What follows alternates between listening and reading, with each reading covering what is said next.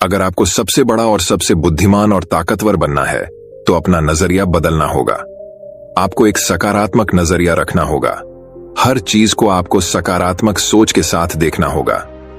जो कोई व्यक्ति सकारात्मक सोच के साथ हर काम करता है वह उस काम को बिना डर के और पूर्णता से कर पाता है और उसका काम जल्दी भी पूरा हो जाता है। इसे हम गौतम बुद्ध की कहानियों के माध्यम से जानेंगे। तो बिना देर किए चलिए उन कहानियों की शुरुआत करते हैं। पहली कहानी, बुद्ध, आम और बच्चे की कहानी। बात उस समय की है जब महात्मा गौतम बुद्ध एक आम के बगीचे में विश्राम कर रहे थे। तभी वहां खेलते हुए बच्चों की एक टोली आ गई। सभी बच्चे आम का बगीचा देखकर आम तोड़ने के लिए वहीं रुक गए। बच्चों ने आम तोड़ने के लिए आम के पेड़ पर पत्थर मारना शुरू किया। देखते ही देखते जमीन पर आमों का ढेर लग गया। इतने में एक बच्चे ने थोड़े ऊंचे आम को तोड़ देने के लिए एक पत्थर ज्यादा तेज फेंका। वह पत्थर विश्राम कर रहे महात्मा जी को जाकर लगा और उनके माथे से खून आने लगा। सभी बच्चे यह देखकर बहुत डर गए। उन्हें लगा अब तो बुद्धा जी उनको बहुत डांटेंगे। तभी उनमें से एक बालक डरता हुआ महात्मा जी के पास गया और उनसे हाथ जोड़ते हुए बोला, हे महात्मा, हमसे बहुत बड़ी गलती हो गई है, हमें क्षमा कर दीजिए। हमारी वजह से आपको यह पत्थर लग गया और आपके माथे से खून आ गया। इस बात को सुनकर महात्मा बुद्धा ने बच्चों से कहा, मुझे इस बात का दुख नहीं है कि मुझे पत्थर लगा, पर दुख इस बात का है कि पेड़ढे को पत्थर मारने से पेड़ढे तुम्हें मीठे फल देता है, लेकिन मुझे पत्थर मारने से तुम्हें डर मिला। इस तरह अपनी बात पूरी करके महात्मा जी आगे चल दिए और बच्चे भी आम बटोर कर वापस अपने अपने घर चले गए। कहानी से सीख। इस कहानी के माध्यम से महात्मा गौतम बुद्ध हमें बताना चाहते हैं कि कोई अगर हमारे साथ बुरा व्यवहार करता है तब भी हमें उसके साथ अच्छा व्यवहार ही करना चाहिए। जिस प्रकार पेड़ढे को पत्थर मारने पर भी वह बदले में मीठे फल ही देता है, उसी प्रकार हमें भी सभी के साथ मधुर व्यवहार रखना चाहिए। तो दोस्तों, अब चलिए हमारे दूसरे कहानी की शुरुआत करते हैं। दूसरी कहानी, गौतम बुद्ध की एक प्रेरक कहानी, पुष्प के बदले शरण। एक बार की बात है जब गौतम बुद्ध जी मगध राज्य के एक गांव में ठहरे हुए थे। गांव से थोड़ा बाहर एक मोची अपने परिवार के साथ रहता था। उस मोची के घर के पास एक तालाब था। एक दिन रोज की तरह सुबह मोची तालाब किनारे पानी लेने गया। वहां उसने तालाब में एक बहुत ही अद्भुत पुष्प देखा। वह पुष्प देखने में बहुत ही सुंदर था और चमत्कारिक भी प्रतीत हो रहा था। मोची ने तुरंत ही अपनी पत्नी को बुलाया और वह पुष्प उसे दिखाया। मोची की पत्नी आध्यात्मिक और धर्म में आस्था रखने वाली थी। वह पुष्प को देखते ही समझ गई कि जरूर कल यहां से गौतम बुद्ध जी गुजरे होंगे। उन्हीं के प्रताप से यह पुष्प खिला है। पुष्प को चमत्कारिक मानकर मोची ने एक योजना बनाई। उसने अपनी योजना के बारे में पत्नी को बताया कि वह इस पुष्प को राजा को देगा और उनसे खूब सारी स्वर्ण मुद्राएं लेगा। उसकी पत्नी ने भी सोचा कि यह पुष्प उनके किसी काम का नहीं है, इसे राजा को ही दे दो, कम से कम कुछ कमाई तो होगी। पत्नी की सहमति के बाद मोची राजमहल की ओर निकल गया। राजमहल के रास्ते में उसे एक व्यापारी मिलता है। मोची के हाथ में पुष्प देखकर वह रुक जाता है। वह मोची से पूछता है कि भाई, ये पुष्प लेकर कहां जा रहे हो? मोची कहता है कि मैं ये पुष्प लेकर राजा के पास जा रहा हूं। इसे राजा को भेंट करके मैं राजा से मुंह मांगा इनाम लूंगा। व्यापारी ने मोची को प्रस्ताव दिया कि तुम ये पुष्प मुझे दे दो, बदले में मैं तुम्हें 100 स्वर्ण मुद्राएं दूंगा। मोची सोच में पड़ी डीडीएच गया। उसने सोचा कि जब व्यापारी इस पुष्प के लिए 100 स्वर्ण मुद्राएं दे रहा है तो राजा तो और ज्यादा देगा। यही सोचते हुए उसने व्यापारी को पुष्प देने से मना कर दिया। थोड़ा आगे चला ही था कि उसे रास्ते में राजा आते हुए नजर आए, जो गौतम बुद्ध के दर्शन के लिए जा रहे थे। राजा भी मोची के हाथ में वो दिव्य पुष्प देखकर अचंभित हो गए। राजा ने मोची को पुष्प के बदले 1000 स्वर्ण मुद्राएं देने के लिए कहा। यह सुनते ही मोची के मन में एक अजीब सी चेतना आई और वह राजा को पुष्प न देकर दौड़ता हुआ सीधे महात्मा बुद्ध के पास जा पहुंचा। महात्मा बुद्ध जी मोची को देखकर हैरत में पड़ गए।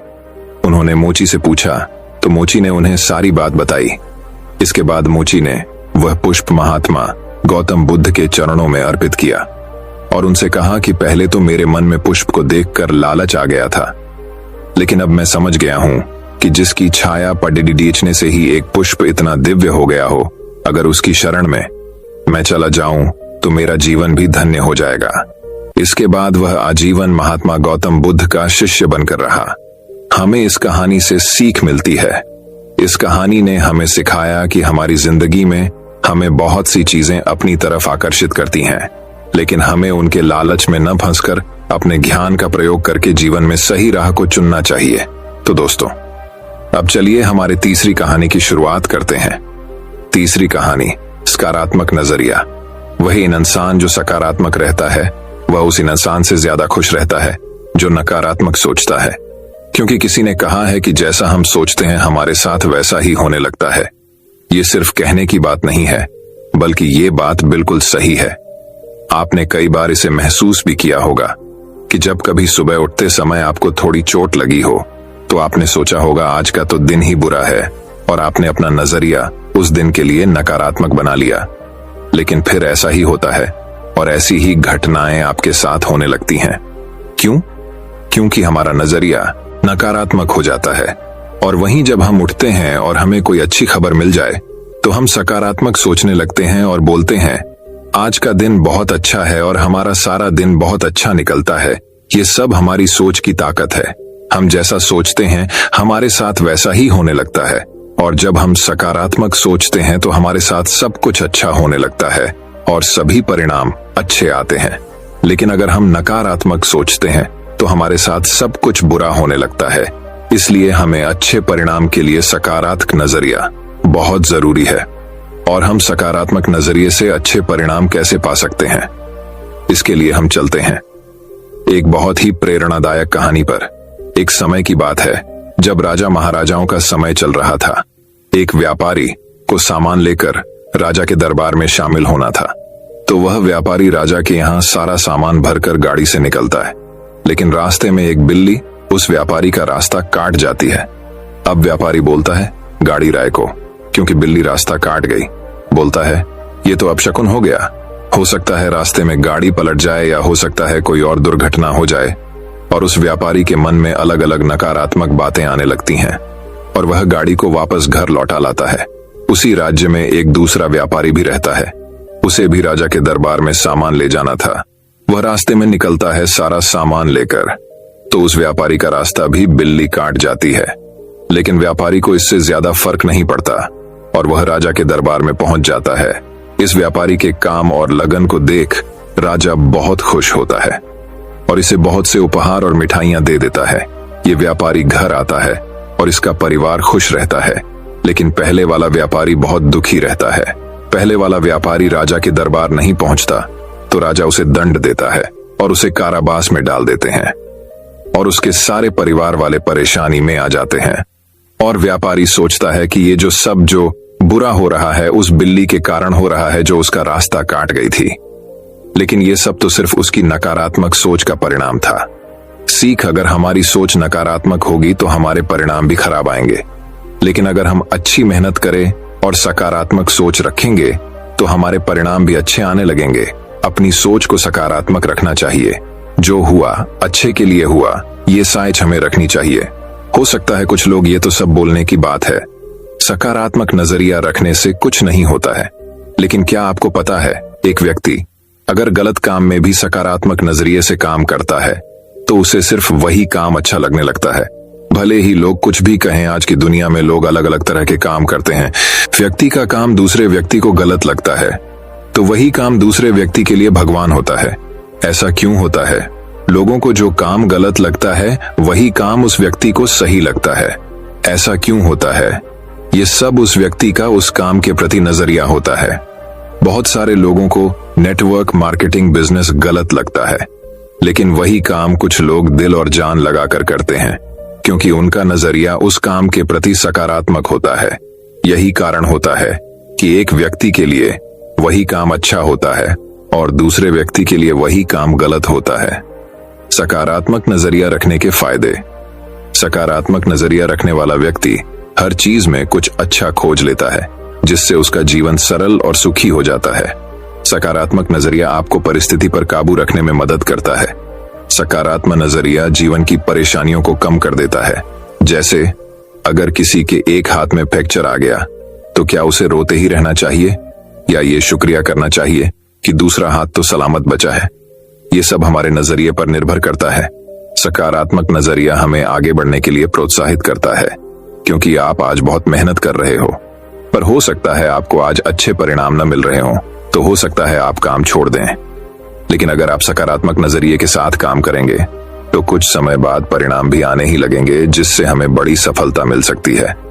सफलता पाने के लिए हमें अपना नजरिया सकारात्मक ही रखना होगा, क्योंकि अच्छे परिणाम के लिए अच्छा नजरिया होना जरूरी होता है।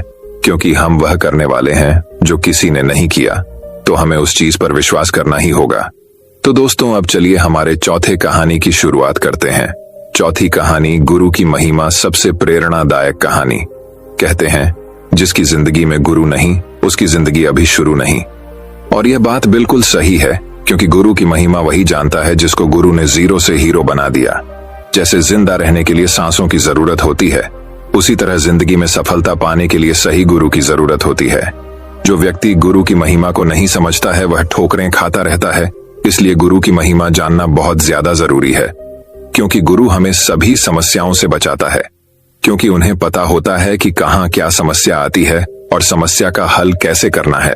सफलता वही पाता है जो गुरु की महिमा को जानता और समझता है, क्योंकि कई बार ऐसा होता है कि व्यक्ति के पास गुरु तो होते हैं, लेकिन वह उनकी बातों को और उनके महत्व को नहीं समझता है। और जो व्यक्ति गुरु के महत्व को समझता है, वह सफलता पाता है। भारत देश में पहले से ही गुरुओं का महत्व सर्वोच्च पर रखा जाता है। हो सकता है कि आपने कबीर जी के दोहे पढ़े हो, तो शायद आपको याद हो कि उन्होंने गुरु को टॉमस भगवान से भी ऊपर रखा है। आपको इन लाइनों से समझ आ जाएगा।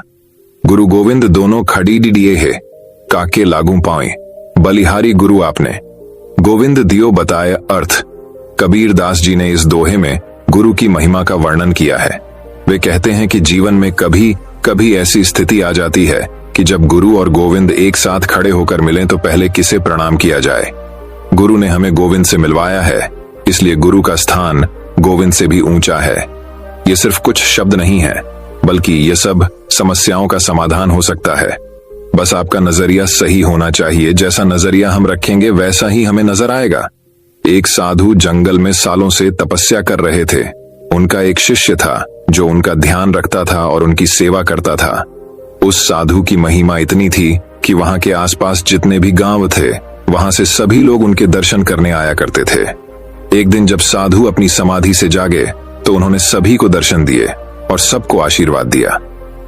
उनके शिष्य ने बोला कि महाराज, मेरे लिए क्या आज्ञा है। तो साधु अपने शिष्य को बाकी की शिक्षा देते हैं।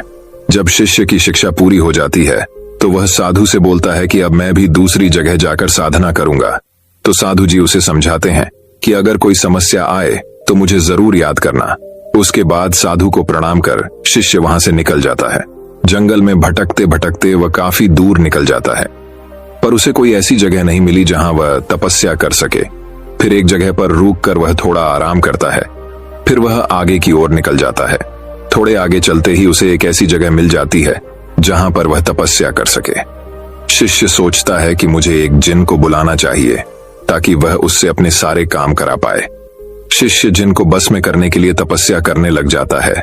कई दिन निकल जाते हैं, महीनों निकल जाते हैं, और फिर अपने तप के प्रभाव से जिन को अपने बस में कर लेता है। जैसे ही जिन प्रकट होता है, जिन बोलता है, हुकुम मेरे आका, मुझे कोई काम बताओ, अगर मैं फ्री हुआ तो मैं तुम्हें खा जाऊंगा। ये सुनकर शिष्य उसको काम बताता है कि मैंने बहुत दिनों से कुछ खाया नहीं है, मेरे लिए इस दुनिया के सबसे अच्छे सारे पकवान लेकर आ। जिन उस शिष्य के लिए खाना लेने जाता है और 1 मिनट के अंदर वापस आ जाता है और फिर बोलता है, जो हुकुम मेरे आका, मुझे कोई काम बताओ, अगर मैं फ्री हुआ तो मैं तुम्हें खा जाऊंगा। शिष्य बोलता है कि मैंने कई महीनों से आराम नहीं किया है, मुझे आराम करने के लिए साधन लेकर आओ।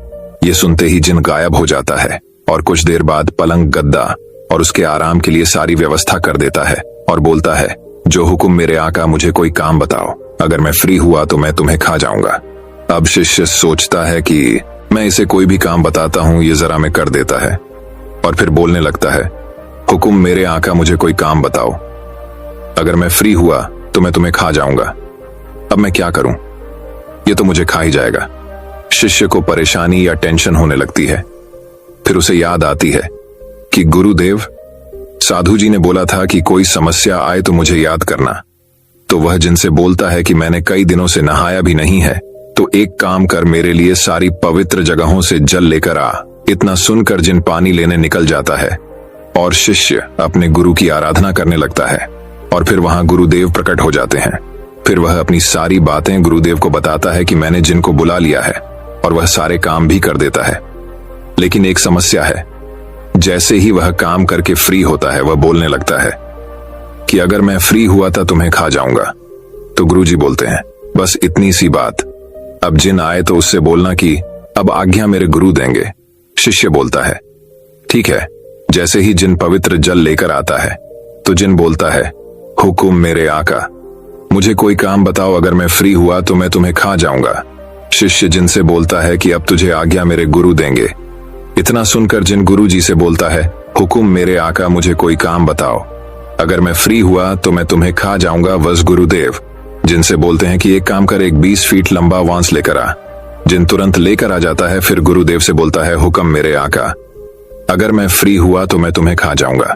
गुरुदेव उससे बोलते हैं कि अब इस 20 पर तब तक चढ़ उतर जब तक मैं तुझे कोई दूसरा काम नहीं बता देता। फिर उस शिष्य की समस्या का समाधान हो जाता है। यही होती है गुरु की महिमा, और यही होता है नेटवर्क मार्केटिंग में। हमारे जो गुरु रहते हैं वह इसी तरह हमारी रक्षा करते हैं, क्योंकि जब हम कुछ सीख रहे होते हैं तो ऐसी बहुत सारी समस्याएं होती हैं जो हमें समझ में नहीं आती, लेकिन हमारे गुरुदेव उस समस्या को चुटकियों में समाप्त कर देते हैं। इसीलिए जिंदगी में एक सही गुरु का होना बहुत जरूरी होता है, खासकर नेटवर्क मार्केटिंग बिजनेस में। मैंने यहां बोला है सही गुरु का होना जरूरी होता है, ना कि आप किसी को भी अपना गुरु बना लें। जिस प्रकार शादी के लिए आप बहुत सोच समझकर पार्टनर चुनते हैं, उससे भी ज्यादा जरूरी है सही गुरु को चुनना। सबसे पहले जो सीखने की बात है वह यह है कि हमारे जीवन में एक सही गुरु की महिमा को समझे और एक सही व्यक्ति को अपना गुरु, अपना आदर्श बनाएं और उनकी बातों पर विश्वास करते हुए अपने आप को निखारें। तो दोस्तों, अब चलिए हमारे 5वीं कहानी की शुरुआत करते हैं। 5वीं कहानी, तोते का सूप, एकता की ताकत। भारत के लोग बड़े ही शौकीन होते हैं, और ये बात सिर्फ अभी की नहीं। जब राजा महाराजाओं का समय था तब से ही राजा महाराजाओं के शौक के बड़े चर्चे होते हैं। राजा महाराजाओं को जानवर पालने का बहुत शौक रहता था, और आज भी लोगों को पालतू जानवर पालने का बहुत शौक होता है। एक व्यक्ति था जिसका नाम था धन्ना सेठ। धन्ना सेठ एक जाना पहचाना अमीर व्यक्ति था, जिसकी पूरे शहर में चर्चा रहती थी। धन्ना सेठ की जो पत्नी थी उसको जानवर पालने का बहुत शौक था। उसके पास तोता, मुर्गा और बकरा पले हुए थे, क्योंकि धन्ना सेठ जब अपनी दुकान पर जाता तो सेठानी तोते को खिलाती और अपना मनोरंजन करती। लेकिन इन सभी पालतू जानवरों के साथ एक चूहा भी रहता था, जिससे सेठानी बहुत परेशान रहती थी, क्योंकि चूहा सेठानी के कई सारे कपड़ों को कुतर देता था। दिवाली के त्योहार के दिन धन्ना सेठ अपनी पत्नी के लिए 5 रुपए की एक बहुत शानदार साड़ी लेकर आता है, और सेठानी दूसरे दिन उस साड़ी को पहनने लिए बहुत ही उत्सुक रहती है। दूसरे दिन जब सेठानी उस साड़ी को पहनने के लिए उठाती है तो देखती है कि उस साड़ी में एक बड़ा सा छेद हो रहा होता है। ये देखते ही सेठानी आग बबूला हो जाती है, क्योंकि उस साड़ी को चूहा कुतर देता है, जिससे साड़ी में छेद हो जाता है। ये बात धन्ना सेठ को पता चलती है, तो धन्ना सेठ सेठानी से बोलता है गुस्सा मत हो, मैं दूसरी साड़ी ले आऊंगा और चूहे को पकड़ने के लिए चूहादानी ले आऊंगा। दूसरे दिन धन्ना सेठ चूहादानी ले आता है। चूहादानी को देख चूहा डर जाता है। चूहा भागते भागते तोते के पास जाता है और तोते से बोलता है तोता भाई, घर में चूहादानी आ चुकी, मुझे पकड़ने के लिए कुछ करना पड़ेगा। तो तोता बोलता है चूहादानी तो तुझे पकड़ने के लिए है, मुझे उससे क्या। और तोता उसकी मदद नहीं करता। चूहा भागते भागते मुर्गे के पास जाता है और मुर्गे से बोलता है मुर्गा भाई, घर में चूहादानी आ चुकी, मुझे पकड़ने के लिए कुछ करना पड़ेगा। तो मुर्गा बोलता है चूहादानी तो तुझे पकड़ने के लिए है, मुझे उससे क्या। और मुर्गा भी उसकी मदद नहीं करता। फिर चूहा बकरे के पास जाता है और उससे भी यही बोलता, पर बकरा भी चूहे की मदद नहीं करता। अब रात होती है और सेठानी चूहे का इंतजार करती है कि कब चूहा चूहेदानी में फंसे और कब वह अपनी नई साड़ी को कुतरने का बदला ले। कुछ देर बाद अचानक से खट की आवाज आती है और सेठानी जल्दी में बिना लाइट चालू किए चूहादानी के पास जाती है। जैसे ही सेठानी उस चूहादानी को उठाती है तो उसे एक जहरीला सांप काट लेता है, जो चूहे को खाने के लिए आया था और चूहादानी में फंस गया था। सांप सेठानी को खाकर वहां से भाग जाता है, और यहां सेठानी की चीख सुनकर धन्ना सेठ भी जाग जाता है और लाइट चालू करके देखता है, तो उसे पता चलता है कि सेठानी को सांप ने काट लिया धन्ना सेठ तुरंत सेठानी को डॉक्टर के पास ले जाता है। डॉक्टर सेठानी का चेकअप करता है, फिर बोलता है कि इसका इलाज तो बहुत मुश्किल है क्योंकि सांप बहुत जहरीला था। और डॉक्टर बोलता है कि मैंने ऐसा सुना है कि अगर सही समय पर तोते का सूप मिल जाए तो सेठानी को बचाया जा सकता है, लेकिन तोता इतनी जल्दी कहां से मिलेगा? तो धन्ना सेठ बोलता है कि हमारे घर में ही तोता है। और फिर उस तोते का सूप बनाकर सेठानी को पिलाया जाता है और वो चूहा देख रहा था। फिर जब सेठानी थोड़ी ठीक हुई तो रिश्तेदार मिलने आए तो धन्ना सेठ सेठानी की खुशी में घर पर छोटी सी दावत देता है। और दावत में अब कढ़ाई पर चढ़ने की बारी मुर्गे की थी और मुर्गे का चिकन बनाकर रिश्तेदारों को परोसा जाता है। और वो चूहा देख रहा होता है और बोलता है अगर मेरी बात मान ली होती तो ये सब नहीं होता। और कुछ दिनों बाद जब सेठानी बिल्कुल ठीक हो जाती है तो रिश्तेदार बोलते हैं कि इतना जहरीला सांप था सेठानी की किस्मत बहुत अच्छी थी और अब सेठानी बिल्कुल ठीक है। तो धन्ना सेठ सेठानी के बिल्कुल ठीक होने की खुशी में एक पार्टी रखता है और उस पार्टी में मटन बनाया जाता है। और इस बार कढ़ाई पर चढ़ने की बारी उस बकरे की थी और चूहा ये सब देख रहा था और सोच रहा था कि अगर इन्होंने मेरी मदद की होती तो ये भी जिंदा होते। और इस तरह सभी जानवर एक के बाद एक की जान चली जाती है। लेकिन अगर उन्होंने चूहे की बात मानी होती तो सभी जानवर ठीक होते। लेकिन उन्होंने एक दूसरे की मदद नहीं की, जिसका परिणाम ये हुआ कि वह सब के सब मारे गए। अगर वह सभी एक साथ एकता में रहते तो सभी जिंदा होते। सीख, इस कहानी से सीख मिलती है कि अगर हम एकता में नहीं रहते हैं और एक दूसरे का साथ नहीं देंगे तो हमारे साथ भी यही होगा। हमें कोई भी अकेला समझकर फायदा उठा लेगा। तो दोस्तों अब चलिए हमारे छठी कहानी की शुरुआत करते हैं। छठी कहानी दोस्तों बात बहुत समय पहले की है।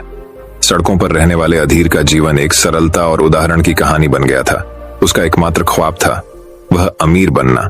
वह अपनी गरीबी से बहुत परेशान था और चाहता था कि उसका जीवन कभी बदले और वह जल्द से जल्द अमीर बन जाए। अधीर का दिल उसके गांव के पास रहने वाले दूसरे अमीर व्यापारी विक्रम से बहुत अधिक लालची था।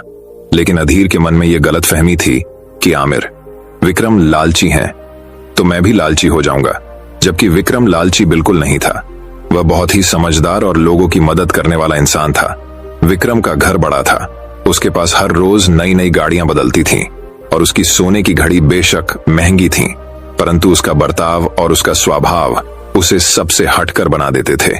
एक दिन अधीर का लालच इतना बढ़ गया था कि वे अब तय किया कि वह विक्रम के बराबर बनेगा। उसने अपने मन में तय किया और अमीर बनने का निर्णय लिया। उन्होंने सोचा कि यदि वह विक्रम के जैसा होता है तो उसे भी यह सब मिल सकता है जो उसे चाहिए। अधीर ने अपनी शुरुआत की, लेकिन उसने कभी भी विक्रम की तरह आत्मसमीक्षा नहीं की और विक्रम की तरह दूसरों की मदद करने में विशेष रुचि नहीं ली। उसका मानना था कि उसका हर कदम अमीरी की दिशा में है, चाहे वह किसी को भी चोट पहुंचे या ना पहुंचे। एक दिन गांव में एक अमृत वृक्ष खिला। इस वृक्ष का फल बड़ा ही रहस्यमय और अद्वितीय था। इस फल को लेकर गांव वाले उत्साहित हो रहे थे। यह फल अमृत से कम नहीं था और जिसने भी इसे खाया उसने अत्यंत सुख से भरी जिंदगी जीता था। अधीर ने सुना कि इस फल का स्वाद अत्यधिक स्वादिष्ट और आकर्षक है, लेकिन जो फल उगे थे वे सब खत्म हो चुके थे। उसने तय किया कि वह भी इसे पाने के लिए पहाड़ों की ओर निकलेगा, चाहे जो भी हो। अधीर ने पहाड़ों की ऊंचाइयों को पार करते हुए फल की खोज में अपने मित्रों के साथ रास्ता तय किया। रास्ते में वह बहुत सारी मुश्किलों और चुनौतियों का सामना करता है, परंतु उसका लालच उसे हर कदम पर आगे बढ़ने के लिए प्रेरित कर रहा था। आखिरकार वह और उसके मित्र फल को पाते हैं, लेकिन अधीर का लालच मन में इतना था कि वह पूरे पेड़ को ही उखाड़कर अपने साथ ले जाना चाहता था और वह उस पेड़ को उखाड़ने लगा। उसके दोस्तों ने उसे पेड़ को नुकसान न पहुंचाने की चेतावनी भी दी, लेकिन उसने उनकी बात नहीं सुनी, क्योंकि अधीर के मन में तो था कि वह उस पेड़ के अमृत फल को बेचकर अमीर बन जाएगा। लेकिन जैसे ही पेड़ को अधीर ने उखाड़ा, पेड़ पूरा सूख गया और उसके सारे फल गायब हो गए। और मरते मरते पेड़ ने अधीर से कहा कि तुम कभी किसी को उजाड़ कर अमीर नहीं बन सकते। पेड़ की यह बात अधीर के मन में लगी और उसे अपनी इस हरकत पर बहुत शर्म आई कि मैंने अपने लालच की वजह से एक पेड़ उजाड़ दिया। और उसने पेड़ से माफी मांगी और खुद को सुधारने की कसम खाई कि वह कभी भी पैसे के लिए किसी को नुकसान नहीं पहुंचाएगा। इस बात से उन्हें एक बड़ा सच्चाई का सामना करना पड़ता है। इस फल का स्वाद लालच से ज्यादा बहुत ही कड़ा और खट्टा होता है। ये उनके लिए बिल्कुल भी सुखद नहीं होता है। अधीर ने इस अनुभव से अपनी गलती को समझा और अपनी जिंदगी को सही दिशा में मोड़ दिया। उसने गांव वालों के साथ अपनी खोई हुई इज्जत वापस पाई और उसका जीवन सच्ची धन धान्यता में बदल गया। दोस्तों, इस कहानी से हमें यह सीखने को मिलता है कि लालच हमें अच्छे से अच्छा मनोबल प्रदान कर सकता है, लेकिन जब यह हमें अपने लक्ष्यों की दिशा में भटका देता है तो हमें खुद को आत्मसमीक्षा करनी चाहिए। हमें यह समझना चाहिए कि सच्चा धन हमारी सच्ची सुख शांति में होता है, जो हमें लालच से नहीं अपने सही कर्मों से मिलता है। तो दोस्तों, अब चलिए हमारे 7वीं कहानी की शुरुआत करते हैं। 7वीं कहानी। बहुत समय पहले की बात है। जंगल में एक गधा बरगद के पेड़ के नीचे लेटकर आराम कर रहा था। लेटे लेटे उसके मन में बुरे ख्याल आने लगे। उसने सोचा, यदि धरती फट गई तो मेरा क्या होगा। अभी उसने ऐसा सोचा ही था कि उसे एक जोर के धमाके की आवाज आई। वह भयभीत हो उठा और चीखने लगा, भागो भागो, धरती फट रही है, अपनी जान बचाओ। और ऐसा कहते हुए वह पागलों की तरह एक दिशा में भागने लगा। उसे इस कदर भागता देखते हुए एक अन्य गधे ने उससे पूछा, अरे क्या हुआ भाई, तुम इस तरह बदहवास भागे क्यों जा रहे हो? अरे तुम भी भागो, अपनी जान बचाओ, धरती फट रही है। ऐसा चीखते हुए वह भागता रहा। यह सुनकर दूसरा गधा भी डर गया और उसके साथ भागने लगा। अब तो वह दोनों एक साथ चिल्ला रहे थे, भागो भागो, धरती फट रही है, भागो भागो। देखते देखते सैकड़ों गधे इस बात को दोहराते हुए उसी दिशा में भागने लगे। गधों को इस तरह भागता देख अन्य जानवर भी डर गए। धरती फटने की खबर जंगल में लगी आग की तरह फैलने लगी और जल्द ही सबको पता चल गया कि धरती फट रही है। चारों तरफ जानवरों की चीख पुकार मच गई। सांप, बिच्छू, सियार, लोमड़, हाथी, घोड़े सभी उस झुंड में शामिल हो भागने लगे। जंगल में फैले इस हल्ले को सुन अपनी गुफा में विश्राम कर रहा जंगल का रजा शेर बाहर निकला। उसे अपनी आंखों पर यकीन नहीं हुआ कि सारे जानवर एक ही दिशा में भागे जा रहे हैं। वह उछलकर सबके सामने आया और गूंजती हुई दहाड़ के साथ बोला, ये क्या पागलपन है, कहां भागे जा रहे हो तुम सब? महाराज, धरती फट रही है, आप भी अपनी जान बचाइए। झुंड में आगे खड़ा बंदर बोला, किसने कहा यह सब? शेर ने प्रश्न किया। सब एक दूसरे का मुंह देखने लगे। फिर बंदर बोला, मुझे तो ये बात चीते ने बताई थी। चीते ने कहा, मैंने तो ये पक्षियों से सुना था। और ऐसे करते करते पता चला कि ये बात सबसे पहले गधे ने बताई थी। गधे को महाराज के सामने बुलाया गया। तुम्हें कैसे पता चला कि धरती फट रही है? शेर ने गुस्से से पूछा। मैंने अपने कानों से धरती के फटने की आवाज सुनी महाराज, गधे ने डरते हुए उत्तर दिया। ठीक है, चलो मुझे उस जगह ले चलो और दिखाओ कि धरती फट रही है। ऐसा कहते हुए शेर गधे को उस तरफ ढकेलता हुआ ले जाने लगा। बाकी जानवर भी उनके पीछे हो लिए और डर डर कर उस ओर बढ़ने लगे। बरगद के पास पहुंचकर गधा बोला, हुजूर, मैं यहीं सो रहा था कि तभी जोर से धरती फटने की आवाज आई। मैंने खुद उड़ती हुई धूल देखी और भागने लगा। शेर ने आसपास जाकर देखा और सारा मामला समझ गया। उसने सभी को संबोधित करते हुए बोला, ये गधा महामूर्ख है। दरअसल पास ही नारियल का एक ऊंचा पेड़ है और तेज हवा चलने से उस पर लगा एक बड़ा सा नारियल नीचे पत्थर पर गिर पड़ा। पत्थर सरकने से आसपास धूल उड़ने लगी और ये गधा न जाने कैसे इसे धरती फटने की बात समझ बैठा। शेर ने बोलना जारी रखा, पर भाइयों, ये तो गधा है, पर क्या आपके पास भी अपना दिमाग नहीं है? जाइए, अपने घर जाइए और आइंदा से किसी अफवाह पर यकीन करने से पहले 10 बार सोचिएगा। इस कहानी से हमें यह सीख मिलती है कि हमें किसी की भी बातों पर अंधा विश्वास नहीं करना चाहिए। पहले उस बात को पूरी तरह समझ और उस बात को गहराई से अपनी बुद्धि लगाकर सोचकर ही कोई भी निर्णय लेना चाहिए। अगर दुनिया एक ही दिशा में भागे तो हमें भी उसी दिशा में नहीं जाना है। हमें कोई और मार्ग खोजना है जिससे हम उन सभी के आगे निकल सके। तो दोस्तों, अब चलिए हमारे 8वीं कहानी की शुरुआत करते हैं। 8वीं कहानी, किसान की समस्या। सालों पहले गुमथा गांव में रहने वाला एक किसान काफी दुखी था। वो अपनी जीवन की छोटी छोटी परेशानियों को लेकर उदास रहता था और अपने दुख के बारे में लोगों को बताता फिरता था। एक दिन उसे किसी ने सलाह दी कि तुम गौतम बुद्ध के पास चले जाओ, वे तुम्हारी समस्याओं का कोई न कोई हल जरूर निकाल देंगे। उस व्यक्ति की बात सुनते ही दूसरे दिन वो किसान सीधे महात्मा बुद्ध के पास पहुंच गया। गौतम बुद्ध के पास पहुंचकर उन्हें प्रणाम करते हुए उसने बताया कि मैं एक किसान हूं और मैं खेती करके जीवन यापन करता हूं। मैं यहां अपनी समस्याओं का समाधान लेने के लिए आया हूं। दरअसल कई बार हमारी फसल अच्छी होती है तो कभी बिल्कुल भी नहीं होती। इससे मैं बहुत परेशान हो जाता हूँ। इतना कहने के बाद किसान ने आगे कहा कि मेरी पत्नी है और वो मुझसे बेहद प्रेम करती है, पर कभी कभी वो मुझे बहुत परेशान करती है। उससे मैं तंग आ गया हूँ और कभी कभी लगता है कि अगर वो मेरे जीवन में नहीं आती तो मैं कितने अच्छे से रहता। इस तरह वह अपनी सारी परेशानियां महात्मा बुद्ध को सुनाता रहा और वो उसकी बातें सुनते रहे जब तक किसान बात कर रहा था। तब तक गौतम बुद्ध एक शब्द भी नहीं बोले। वो बस ध्यान से किसान की ही बातें सुन रहे थे। परेशानी बताते हुए किसान बोलता है कि मेरा एक बच्चा भी है, वो है तो काफी अच्छा, पर कई बार मुझे परेशान करता है और मेरा कहना नहीं मानता। उसके ऐसे व्यवहार से मुझे लगता है कि वो मेरा बच्चा नहीं है। ऐसा कहते हुए किसान अपनी सारी परेशानी को बताता गया। इस तरह किसान ने अपने जीवन का सब कुछ जो उसे सताता था और दुखी करता था वो गौतम बुद्ध को बता दिया। अब किसान के पास उन्हें बताने के लिए कुछ भी नहीं बचा और उसका मन काफी हल्का हो गया। महात्मा बुद्ध से सब कुछ कहने के बाद वो उनसे अपनी परेशानियों के समाधान की उम्मीद लगाए बैठा था। काफी देर तक गौतम बुद्ध के जवाब का इंतजार करने के बाद बेसब्र होकर किसान ने ऊंची आवाज में महात्मा बुद्ध से पूछा, क्या आप मेरी समस्याओं को लेकर कुछ नहीं कहेंगे? तब गौतम बुद्ध बोले, मैं तुम्हारी किसी तरह से भी मदद नहीं कर सकता। किसान ने महात्मा बुद्ध से ऐसे जवाब की उम्मीद नहीं की थी। वो उनका जवाब सुनकर हैरान हो गया।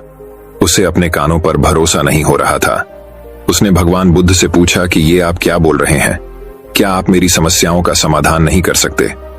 मैंने सुना है कि आप सभी की समस्याओं का समाधान करते हैं, तो मेरी समस्याओं का क्यों नहीं करेंगे? महात्मा बुद्ध इस बात पर किसान से कहते हैं कि आपके जीवन में जितनी कठिनाइयां हैं उतनी हर किसी के जीवन में होती है और सबको अपनी छोटी समस्याएं भी बड़ी लगती हैं।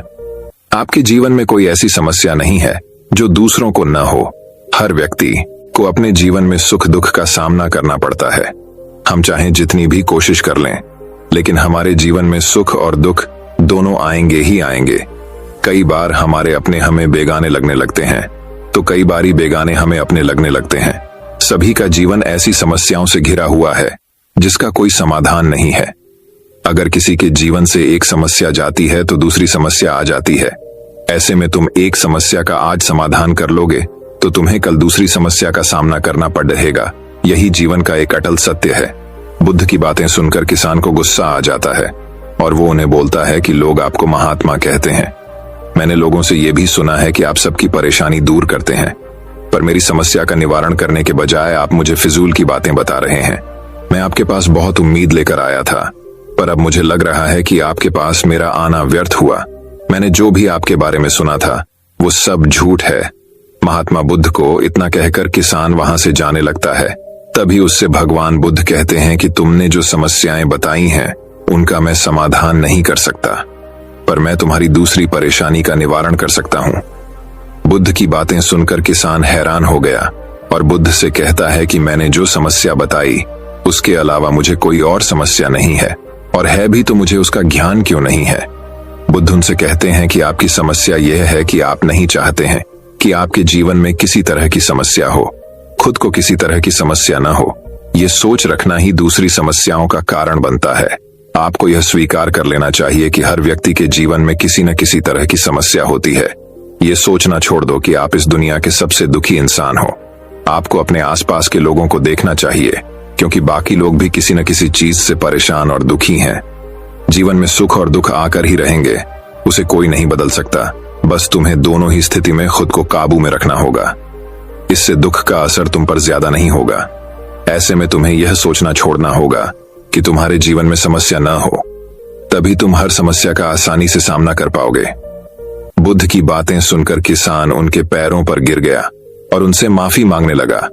वो समझ चुका था कि महात्मा बुद्ध उससे क्या कहना चाह रहे हैं। इस कहानी की सीख, हमें अपनी छोटी छोटी परेशानियों के लिए किसी से शिकायत नहीं करनी चाहिए, बल्कि उन परेशानियों का खुद से सामना करना चाहिए। दोस्तों, मैं उम्मीद करता हूं कि यह कहानी सुनने से आपके जीवन में अच्छे बदलाव आए होंगे। आपको इस वीडियो से क्या सीखने मिला, ये कमेंट करके जरूर बताएं और अपने परिवार, दोस्तों या आपके करीबी इंसान के साथ ये कहानी शेयर करके उन्हें भी इस ज्ञान से परिचित करवाएं। बाकी अगर आपको ये वीडियो दिल से अच्छी लगी हो तभी इस वीडियो को लाइक कर देना और आपने अब तक इस चैनल को सब्सक्राइब न किया हो तो चैनल को सब्सक्राइब भी जरूर कर देना।